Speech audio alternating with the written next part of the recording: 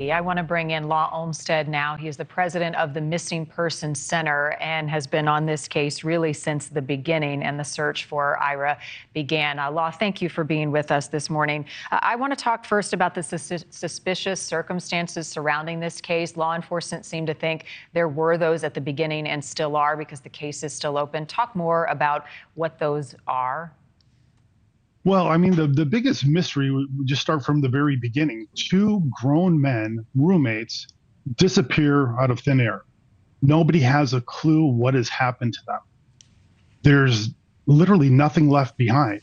That is incredibly suspicious. What I have found since we've had the case within our database, doing a little bit of research here and there on it to see if we can find anything, is there's been an extreme lack of communication between the Howell County Sheriff's Department and the family of these gentlemen. Matter of factly, there has been no comments made in the press, nowhere publicly from Limon Little's family whatsoever, which is also very, very strange. So this is an incredible mystery because there's so many things that could have happened here, but it's almost impossible to put the pieces together with the lack of communication between the family and the Sheriff's Department. We did reach out to the Sheriff's Department. We reach out to law enforcement involved in every one of these cases, whether it's a new case or an old one. I didn't get a lot of response from them on this one, but they are still actively investigating it, correct? I mean, there have been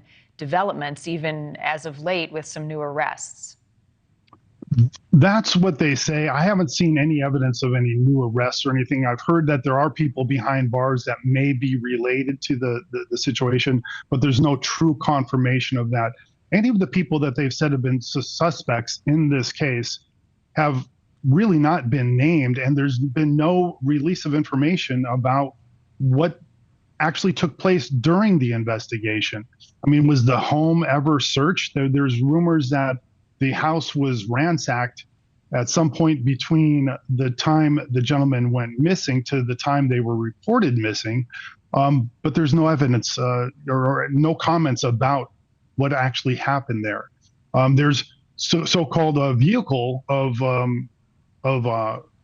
Briscoe found at a junkyard, but then there's statements that go against that it was actually found at the junkyard. So, and who owned the vehicle? There's been nothing but confusing statements back and forth. The latest thing I heard is that the family believes that Briscoe and Little may have been victims of the cartel. And, we've done criminal background searches on both of these people to see if there's any kind of drug arrest, drug use, any kind of problems like that. The only thing that we've ever found was traffic infractions. And the funny thing about the traffic infractions we found probably close to 20 of them on Briscoe's part, all for the same type of thing. His muffler was not secured, driving without a seatbelt, and speeding within 1 to 5 miles over the speed limit. So I don't know if somebody was harassing him in law enforcement for some reason, because it seems like an awful lot of infractions for one person within kind of a short period of time for the same exact things over and over. The other thing, Law, is wasn't there a shooting right around the time that he was last seen, that Ira was last seen, a block or so away from where he disappeared? Is there any evidence to that?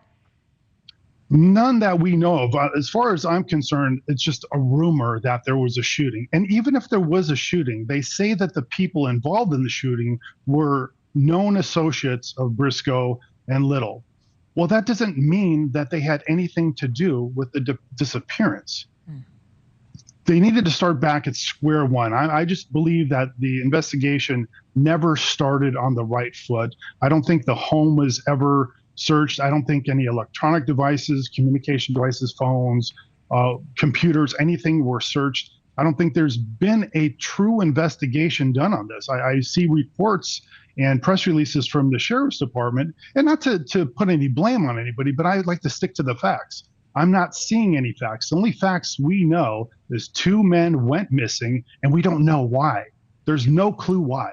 That's the fact. And their family not giving up. I mean, this mother is relentless. You can hear it in her voice. We're going to stop it right there, Law Olmstead, but we're going to continue this conversation because there's a lot more to talk about with this case coming up at the end of NewsNation Live today. So thank you for being with us. I'll see you here in a few minutes. If you have any information on Ira Lee Briscoe's whereabouts, somebody knows something in this case, you are urged to call the Howell County Sheriff's Office. They are accepting tips, and they say the case is still open and active. And as I said, be sure to join us after the show, a live discussion, our live stream. Today's case will continue to focus on Ira's disappearance. We'll answer your questions. Please send us your comments as well. That's a live stream 1 Eastern, noon Central at newsnationnow.com on YouTube, Facebook, and Twitter. I'll be talking more with Law Olmstead from the Missing Persons Center. Thank you for watching. Go to newsnationnow.com to find NewsNation on your television provider. And don't forget to click the red subscribe button below to get more of NewsNation's fact-driven, unbiased coverage.